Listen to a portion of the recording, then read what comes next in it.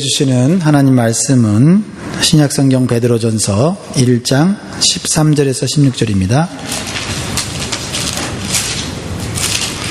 베드로전서 1장 13절에서 16절 말씀입니다.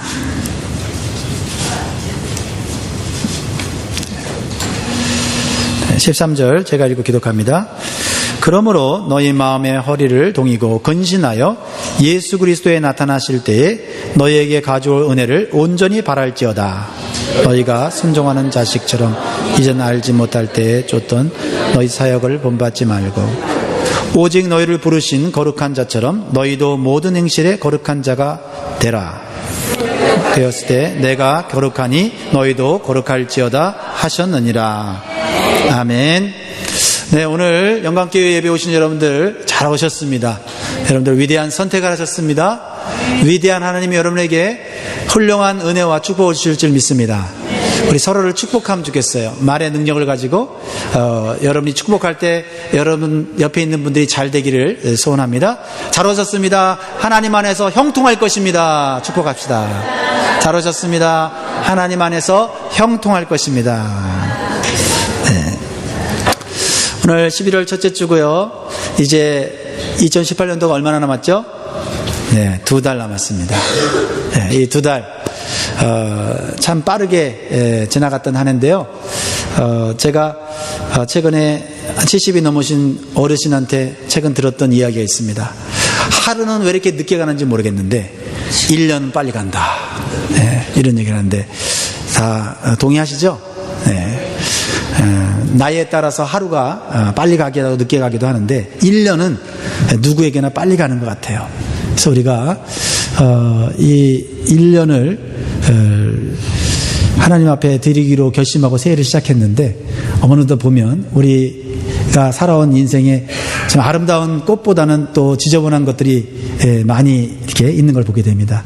우리 2달 남은 기간에 우리의 삶을 깨끗하게 좀 정리하고 하나님이 기뻐하시는 그러한 열매를 맺을 수 있는 2018년도가 되기를 주의 이름으로 축복합니다. 우리가 신앙생활하면서 많이 듣고 많이 말하는 그런 단어가 한 2개가 있는데요. 첫 번째가 믿음이에요. 믿음. 그렇죠? 믿음. 예수를 믿음으로 구원받는다. 그렇죠? 믿음이 강해져야 된다. 그렇죠? 또 믿음으로 살아야 한다. 그리고 또 믿음으로 세상을 이기고 죄를 이기고 마귀를 이겨야 된다. 이렇게 믿음 이야기를 우리가 많이 하잖아요. 이 놀라운 믿음을 그러면 가능케 하는 게 뭐예요? 이 놀라운 믿음을 가능케 하는 게 뭐예요? 그게 은혜다. 은혜. 그렇죠? 은혜라는 말을 많이 쓰잖아요. 네. 네. 하나님의 은혜. 네. 받을 수 없는 죄인인데 하나님께서 우리에게 은혜를 베풀어 주셔서 하나님의 놀라우신 좋은 것들을 우리에게 베풀어 주셨잖아요. 이 은혜가 없이는 우리의 믿음이 가능하지 않고요. 이 은혜가 없이는 우리의 구원이 가능하지가 않은 것이고요. 이 은혜가 없이는 우리는 하루 1시간도 살 수가 없습니다. 네, 없어요. 그것을 우리가 인정할 수 있어야 우리의 믿음이 어떻게 해요? 날마다 강해지고 우리의 믿음이 날마다 새로워지는 줄 믿습니다. 하나님의 은혜가 없이는 내 믿음이 새로워질 수도 내 믿음이 강해질 수도 없다라는 거예요. 그러니까 믿음과 은혜는 같이 가는 거예요. 오늘 에베소 2장 8절에 보면 너희가 그 은혜를 인하여 믿음으로 말미암아 구원을 얻었나니 이것이 너희에게서 난 것이 아니요 하나님의 선물이라 이렇게 말하고 있어요. 믿음보다 앞서 있는 게 뭐예요? 은혜다.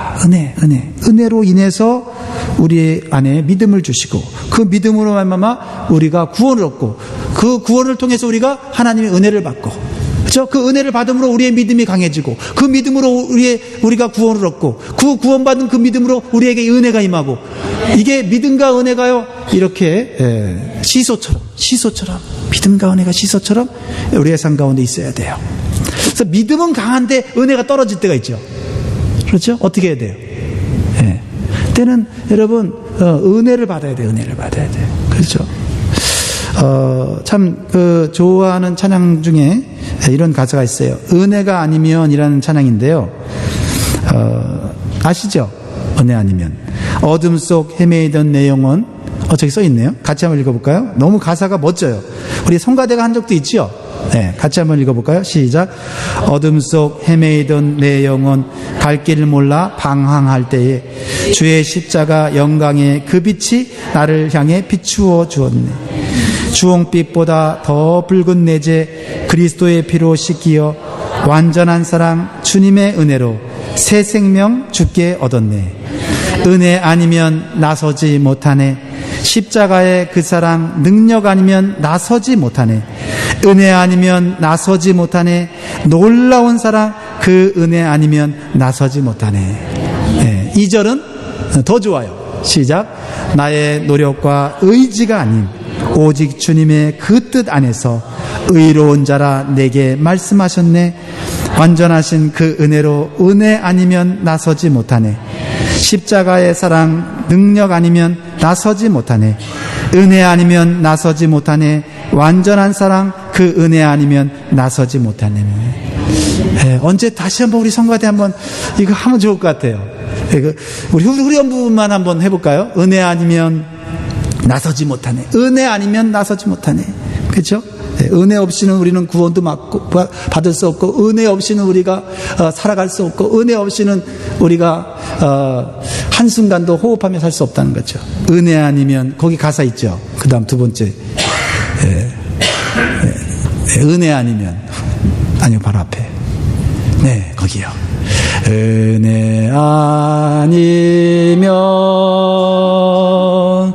나서지 못하네.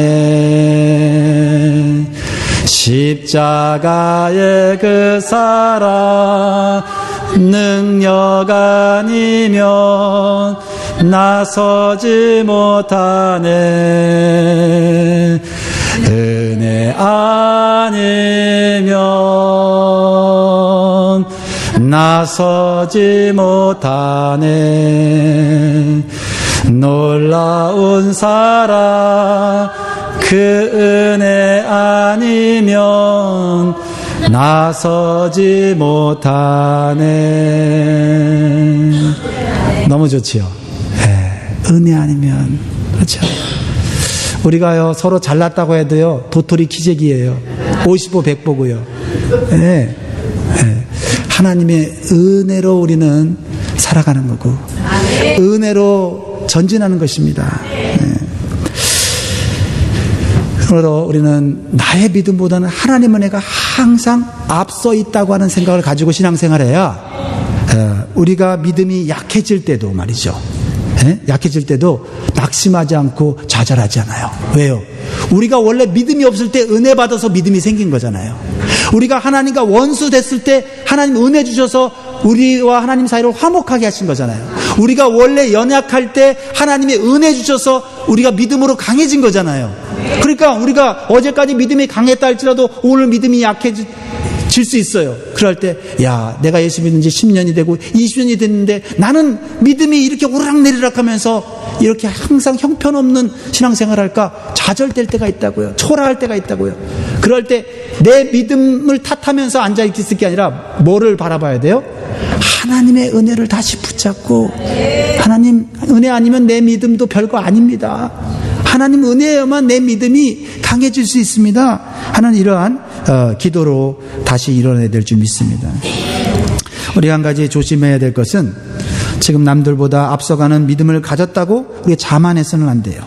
우리가 이미 구원받았다고 현재의 자리에 머물러 있거나 게을르고 나태해서는 안 돼요. 왜냐하면 예수님은 십자가에서 우리의 구원을 완성하셨지만 우리 각 사람의 구원은 완성된 것이 아니라 진행형이에요. 진행형. ING라고요. ING. 우리 한번 옆 사람에게 좀 경각심을 주십시다. 당신의 구원은 진행형입니다. 우리.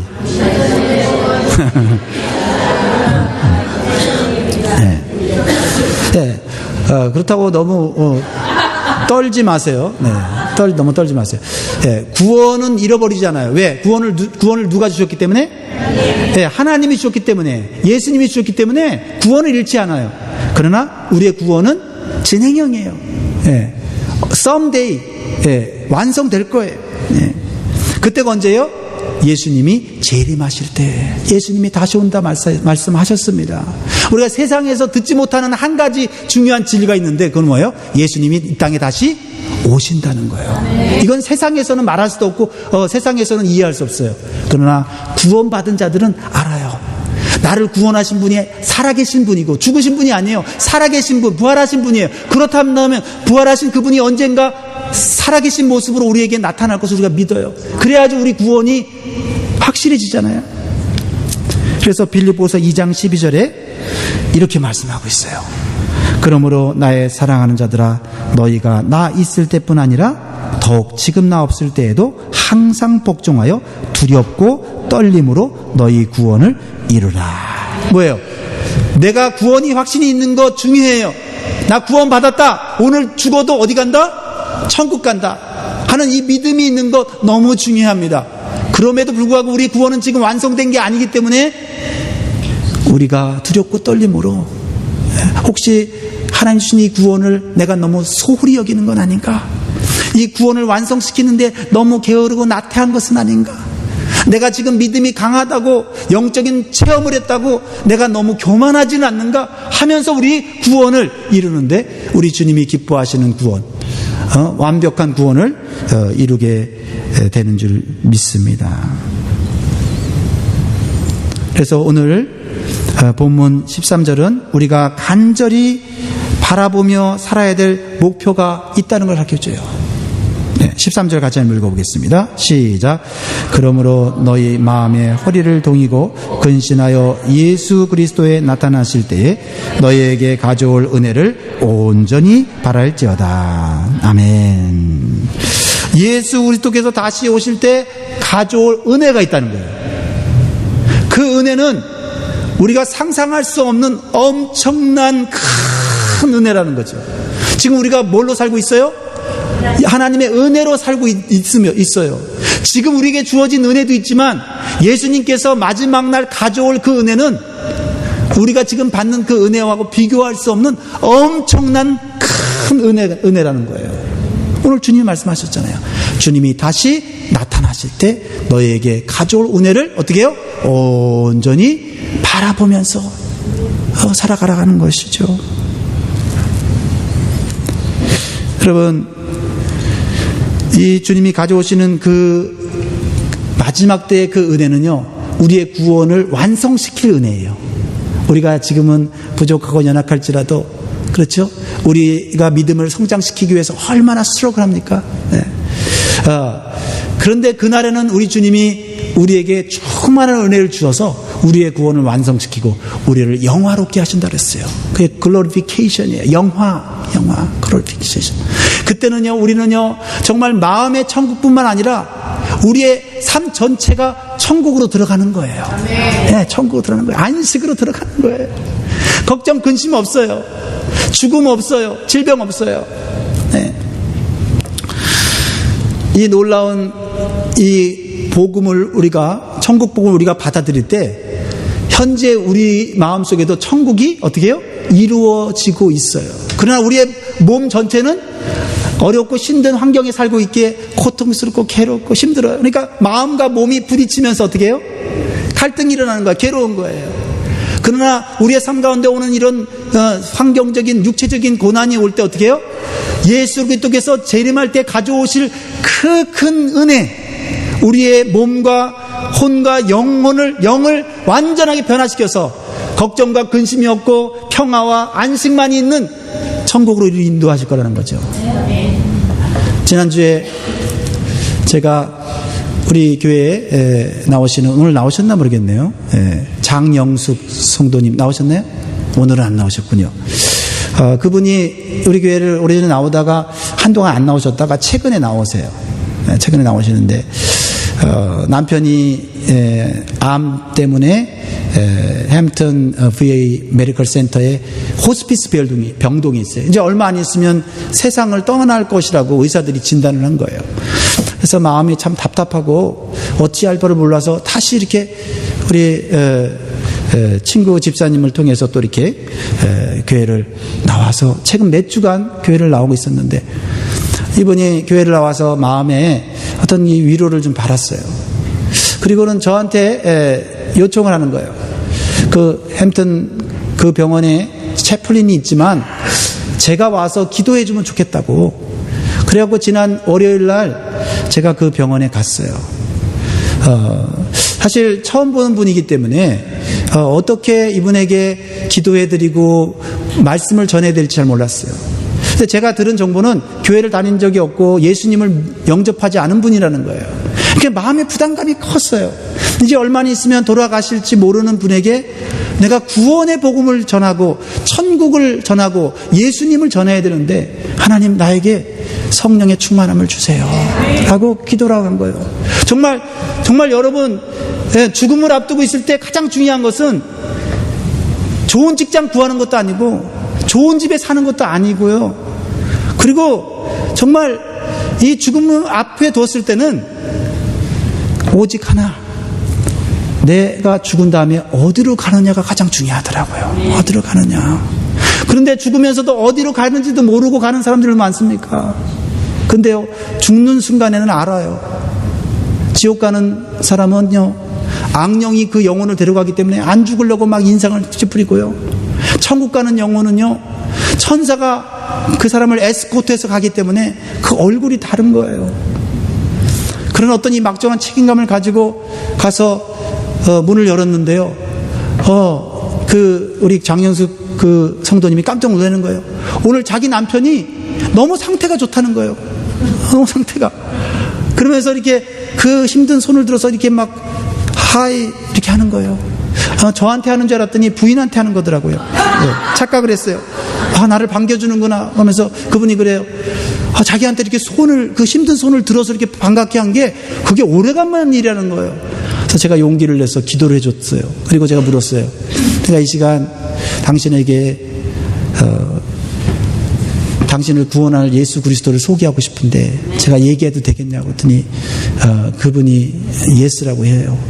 그래서 제가 담대하게 예수 그리스도께서 당신의 죄를 위해 죽으셨고 당신이 이 예수 그리스도를 당신의 구주로 영접하고 그리고 당신이 죄인이라는 사실을 고백하면 오늘 구원받고 죽어도 천국 갈 수 있다라고 담대하게 복음을 전했어요. 그런데 놀랍게도요, 이분이 아멘을 하시는 거예요. 네, 말도 잘 못하시는 분이 아멘을 하는 거예요. 그래갖고 제가 어떻게 시인이 나갖고 준비한 거 다 꺼내갖고 말이죠. 별로 안 좋은 영어 발음을 가지고 제가 그냥 성경 구절에 나오는 구원에 관계된 거를 다 읽었는데요. 할 때마다 아멘을 하는 거예요. 놀라운 하나님의 역사를 봤어요.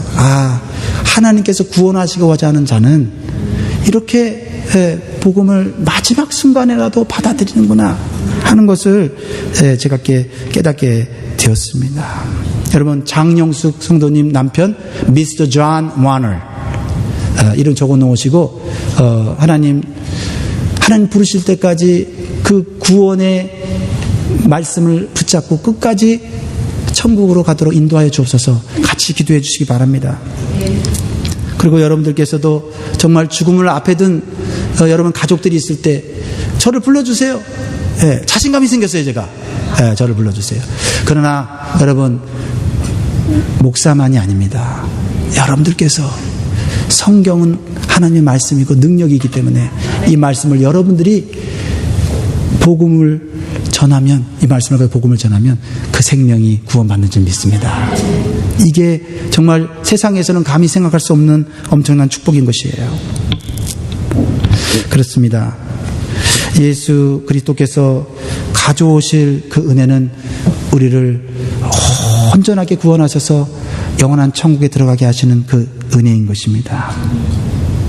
그래서 구원의 완성이 주는 이 기쁨을 맛보았던 사도들은 구원의 복음을 전하면서 받았던 온갖 핍박과 고난 앞에서도 그것을 어떻게 해요? 기쁨으로 이길 수 있는 능력이 있었는지 믿으시 바라요. 그거 아니고서는 복음 전하는데 감옥 가고 매 맞고 채찍질 당하고 때로는 심지어는 톱으로 막 몸을 자르는데도 불로 막 태우는데도 나는 예수님을 대신할 수 없다. 예수님이 주신 이 구원의 기쁨을 나는 포기할 수 없다. 이렇게 말하고 있는 거 아니에요. 그래서 사도 바울은 로마서 8장 18절에 이렇게 얘기하고 있어요. 같이 한번 사도 바울의 마음을 읽어봅시다. 시작. 생각컨대 현재의 고난은 장차 우리에게 나타날 영광과 좋게 비교할 수 없도다. 이게 우리가 바라보아야 될 우리 성도의 목표라는 거예요. 물론 우리가 이 세상 사는 동안에 좀 더 풍요로, 물질적으로 풍요한 삶을 사는 목표로 삼는 것, 그것도 삼을 필요가 있겠지요. 네. 또 우리 자녀들이 이 땅 가운데서 정말 훌륭한 인물이 되는 것도 우리의 삶의 목표가 될 수 있겠죠. 그러나 그보다 더 큰 목표, 그것은 예수 그리스도가 재림하신다는 거고, 그 재림하실 때 완성된 그 은혜를 우리에게 부어주실 것을 생각하면서 우리가 그 은혜를 향하여 달려나가야 한다는 거죠. 네. 거기에 그 은혜 속에는 우리를 향한 영광과 존귀와 칭찬이 담겨져 있다라는 것이에요. 그렇습니다. 사랑하는 성도 여러분, 우리가 구원받은 성도라면 우리의 삶의 목표를 분명히 하시기 바라요. 이 땅의 것이 결코 아닙니다. 또한 현재 누리고 있는 은혜가 전부가 아닙니다. 예수 그리스도께 다시 오실 때 완성된 구원의 은혜를 바라보면서 현재 좀 불편하고 힘들고 어렵고 고쳐지지 않고 바꿀 수 없는 것을 이겨낼 수 있기를 주의 이름으로 축복합니다. 그러면 이 놀라운 은혜를 온전히 바라보며 살기 위해서 우리는 어떻게 살아야 할까요? 그것도 오늘 우리에게 말씀하고 계시잖아요. 주님께서 13절에 보면 첫 번째로는 마음의 허리를 동이고 살아야 한다라고 말씀하고 있어요. 13절 말씀 보면 그러므로 너희 마음의 허리를 동이고. 여러분, 마음에도 허리가 있습니다. 몸에도 허리가 있죠. 여러분, 허리가 어디 있어요? 어떤 분들은 나는 허리가 어딘지 몰라서 허리띠를 맨다고 그렇게 얘기를 해요. 허리띠를 매야 허리가 보인다나요?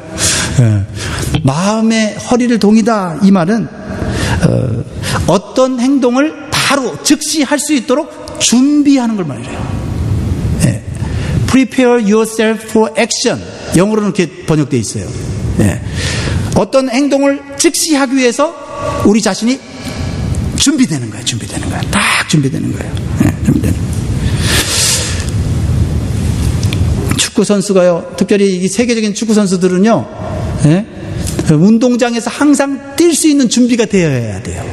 그래서 몇 번 이렇게 운동 경기에 몇 번 나가지 않는다고 실망하고 준비 안 하고 있으면 어떻게 돼요? 체중도 불고 기술도 좀 무뎌져요. 그런데 갑자기 경기에서 누가 부상을 당하면 어떻게 해요? 다시 대체해서 들어가야 되잖아요. 근데 준비가 안 되면요, 엉망진창의 경기를 하는 거예요. 그리고 다음부터는 쓰질 않는 거예요.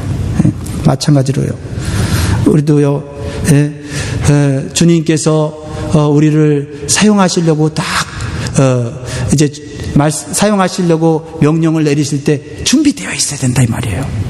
이스라엘 사람들은 통으로 된 옷을 입고 있었잖아요. 그래서 일을 신속하게 하거나 신속하게 달려가기 위해서는 어떻게 해요? 허리에 띠를 맸어요. 그렇지 않으면 옷이 막 움직여 갖고요, 방해가 돼요. 사랑하는 성도 여러분, 주님께서 명령을 내리시면 곧바로 행동을 할 수 있도록 준비하는 자세가 주님이 오셨을 때 우리에게 완성된 은혜를 주실 수 있는 그러한 자세인 줄 믿습니다. 그렇게 말씀하고 있어요. 무엇보다도 이런 자세가 필요한 이유는요, 우리의 마음을 공격하는 마귀의 온갖 유혹을 효과적으로 막아낼 수 있기 때문에 그렇습니다. 마음의 허리를 동이는 띠는 무엇으로 할까요? 뭘로 띠를 띄어야 될까요? 네, 성경에서 가르쳐주고 있죠. 에베소서 6장 14절에 같이 볼까요? 시작. 그런즉 서서 진리로 너희 허리띠를 띠고 의의 행배를 붙이고. 진리로 너희 허리띠를 띠라. 진리, 변하지 않는 하나님의 말씀으로 우리의 마음을 채우라는 거예요. 그래서 매일매일 전쟁 같은 이 세상에서 말이죠, 진리의 말씀으로 허리띠를 매지 않고 아침에 나간다는 것은 너무나도 위험한 일이에요. 그렇죠?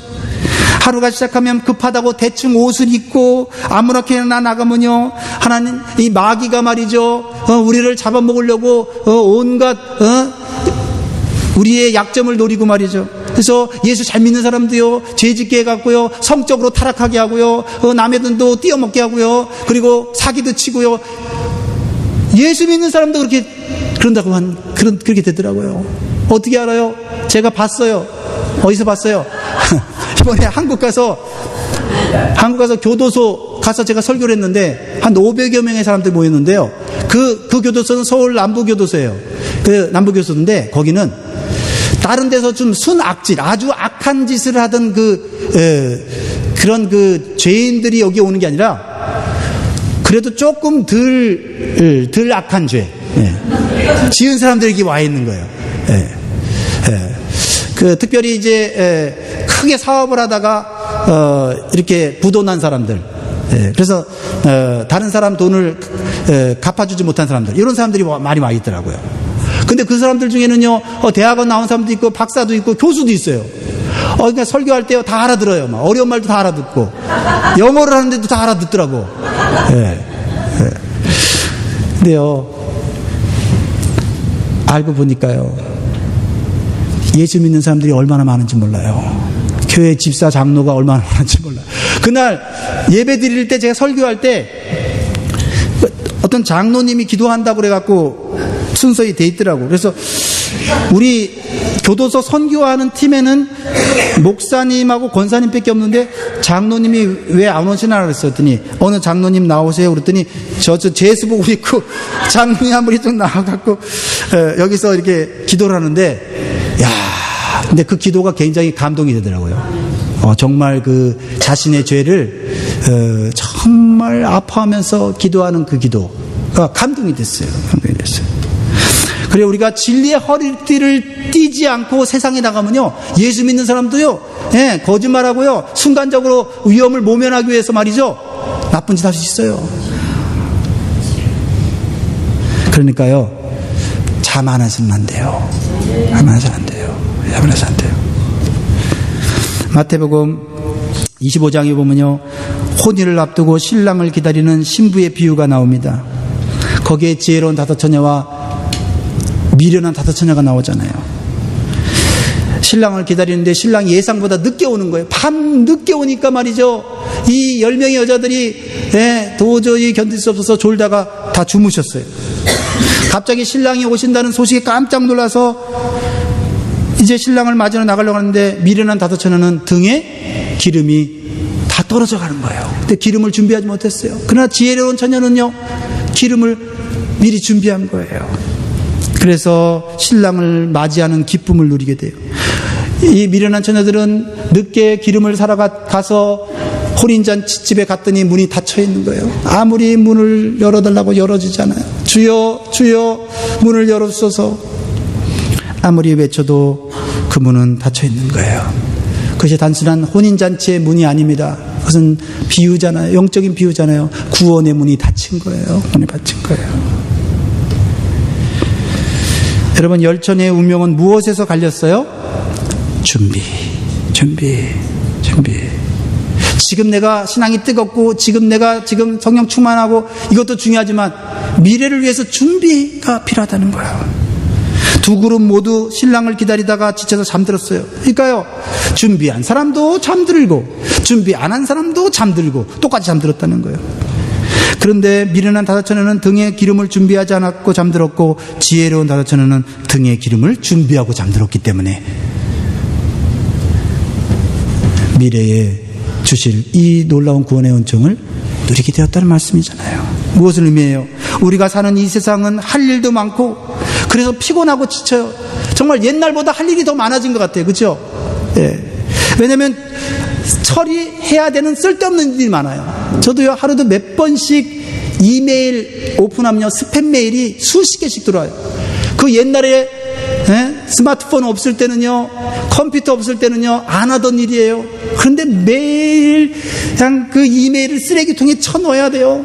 그런데 그게 시간이 자꾸 걸리는 거예요. 지금. 그리고 집에 또 왜 이렇게 또 옛날에는 없었는데 광고지가 왜 이렇게 많은지 몰라요. 빌도 많아갖고 빌빌거리고 말이죠. 빌도 이렇게 많이 오는지. 근데 광고지도 엄청나게 많이 와갖고 말이죠. 그 광고지 버리는데 정신이 없어요. 정신이 없어요. 광고지 버리다가 진짜 내야 될 빌까지 버리는 경우도 있고 말이죠. 여기 상업 광고가 있는 전화가 얼마나 많이 오는지 말이죠. 옛날에는요 1800으로 오던 게 이제는 우리 동네 757로 와갖고 혹시 안 받으면 성도한테 욕먹을까봐 항상 받으면 우리 교회 성도가 아니고 하와이 여행 보내줄 테니까 타임쉐어 하라고 오고 말이죠. 쓸데없는 광고가 많아요. 그래서 요즘은요 757로 오면 받아야 되나 안 받아야 되나, 안 받았다가 우리 교인이면 욕먹을 텐데 막 이러면서 말이죠. 얼마나 피곤한지 몰라요.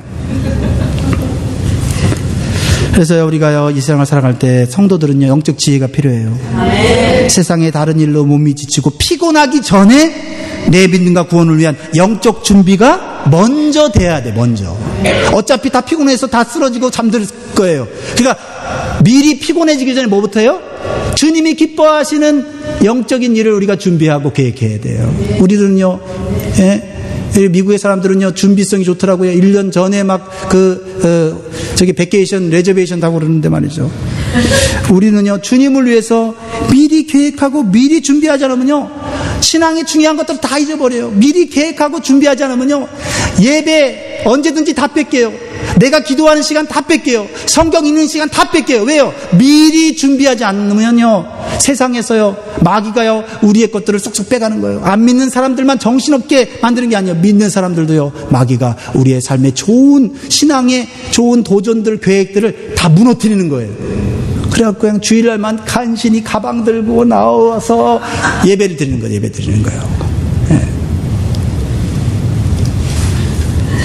바쁘게 함으로써 마귀가 우리를 괴롭히는 거예요. 그러면서 바쁘게 사는 것이 멋진 삶처럼 그렇게 포장하고 사는 거죠. 예수 그리스도께서 가져오실 은혜를 끝까지 바라보며 살기 위해서 어떻게 해야 됩니까? 두 번째는 근신해야 한다고 말하고 있어요. 그러므로 너희 마음의 허리를 동이고 근신하여. 근신해야 된다는 말은 크게 두 가지 의미가 있는데, 하나는 술 취하지 말라는 의미이고 또 다른 하나는 절제하라는 의미예요. 첫 번째 술 취하지 말라는 말은 정신을 맑게 깨어 있어야 한다는 거예요. 술 취해 있으면 누가 공격해 오면 어떻게 해요? 당할 수밖에 없어요. 예전에 한국 뉴스에 보니까요, 술 취한 사람에게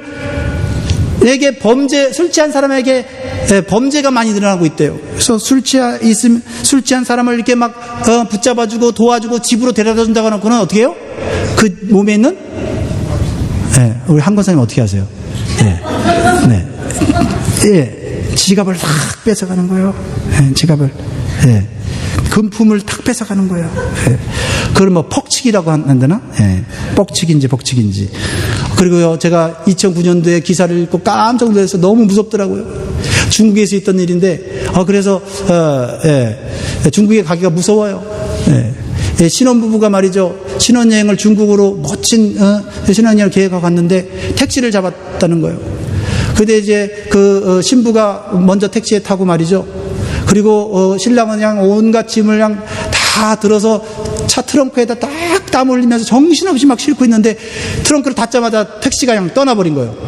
그리고 신부를 잃어버렸어요. 근데 나중에 신부를 찾았는데 신부 뱃속에 장기가 하나도 없는 거예요. 그런 일들이 벌어진 걸 보고 깜짝 놀랐어요. 야, 어떻게 인간이 이럴 수 있는가? 이게 마귀짓이에요, 마귀짓. 마귀가 하는 짓 아니에요? 그렇습니다, 여러분. 마귀는요, 우리의 마음속에 있는 하나님을 향한 열정, 하나님을 기쁘시게 하라는 마음, 이런 것들을요, 수시로 우리의 마음속에서 빼내려고 온갖 악한 음모를 꾸미고 우리를 공격하고 있다는 사실을 기억해야 돼요. 우리가 마음의 허리를 단단하게 동여매도요, 정신을 똑바로 차리지 않으면 어느 순간 벨트가 풀려져 버려갖고 말이죠, 세상에 취하게 되고 술 취하게 되고, 그리고 세상 돌아가는 여러 가지 일들에 우리는 매여서 환경의 종이 되고 돈의 종이 되며 살고 있는 거예요. 그러면서 그래요, 아유, 바빠서 기도 못해요, 바빠서 예배 못 드려요, 바빠서. 근데요, 여러분, 하나님의 은혜가 충만한 사람들은요, 어떻게 합니까? 바쁜 중에도 우선순위를 올바르게 해서 하나님께 예배 드리잖아요. 예배 드리잖아요. 왜요? 그게 사는 길인 거를 아니까 우선순위를 주님 기뻐하시는 일에 두는 거 아니에요. 그죠? 바쁘다는 걸로 핑계가 이게 사람들에게 될지 모르지만 혼인잔치 문 닫혀버리면 아무 소용이 없는 거예요. 그래서 베드로전서 5장 8절에 근신하라 깨어라 너희 대적마귀가 우는 사자같이 두루다니며 삼킬차를 찾나니 이렇게 말씀하고 있는 거예요. 여러분, 내가 지금 교회 다니고 있다고 예배 드리고 있다고 그래도 내 믿음이 있다고 여러분 자신하지 마세요. 마귀가 어느 순간에 여러분들의 마음속에 하나님을 향한 열정 뺏어가 버리면요, 교회 나가는 것도요, 주일에 한번 딱 나가고는 더 이상 나가기 싫고요, 기도에 기도 말씀 이거 귀찮아지고요. 그래서 명목상 문의상의 그리스도인으로 전락하게 만드는 거예요. 하나님의 은혜가 임하면요, 한 번 더 예배드리고 싶고요, 한 번 더 기도하고 싶고요, 길거리에 저 사람이 예수 믿나 안 믿나 그 사람을 위해서 복음을 전하고 싶고요. 그렇게 되는 거예요. 그렇게 되는 거예요. 왜요? 천국이 내 마음속에 들어왔으니까요. 우리가 사는 세상은 끊임없이 잘못된 사상과 거짓으로 공허한 인간의 마음을 채우도록 유혹하고 있어요. 요즘 교회 안에서도요, 잘못된 진로로 유혹받고 있어요. 세상의 시작은 창조가 아니라 진화라고 하는 진화론을 받아들이는 그런 신학교들이 많아지고 있다는데 경악을 금할 수 없어요. 신학교, 목사님들을 가리키는 신학교에도 진화론을 받아들이고 있고요. 성경적으로 동성애는 죄가 아니다, 동성애는 질병이 아니라 선천적인 거다. 그래서 동성애를 옹호하는 자들은 사람에게 동성애 유전자가 있다라고 주장해서 사람들을 혼동케 해요. 그런데요, 감사하게도요, 지난 12월 22일 연합뉴스에 보니까요, 미국 브로드 인스티튜트의 유전학자인 안드레아 가나 박사가 이끄는 연구팀이요, 동성애를 한 사람과 동성애를 하지 않는 사람 47만 명, 최대 규모예요. 47만 명을 대상으로 해서 동성애 유전자를 연구했는데 말이에요, 결과적으로 동성애 유전자는 없대요. 한 두 개의 유전자 변이가 있는데 그런 것들은 질병에 불과한 거래요. 후천적으로 생긴 질병과 같은 거예요. 불쌍한 거예요. 그 동성애자들 우리가 정말 그리스도의 복음으로 변화될수록 도와주고 그 사람들을 위해서 기도해 줘야 돼요. 그런데 당신의 동성애가 정상이라고 말하는 것은 아니라는 거예요. 골로새 2장 8절 보세요. 세상은 이렇게 돌아가고 있어요. 누가 철학과 헛된 속임수로 너희를 노력할까 주의하라. 이것이 사람의 유전과 세상의 초등학문을 쫓으며 그리스도를 쫓음이 아니니라.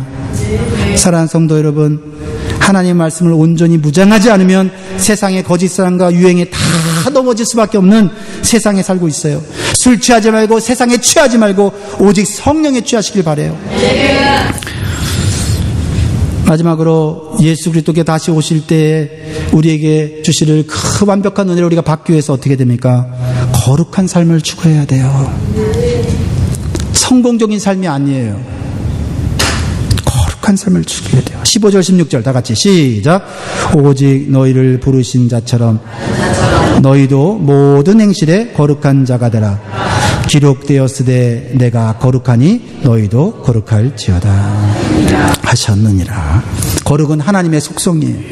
거룩의 의미 중에는 구별이라는 의미가 있어요. 구별. 뭐와 구별돼요?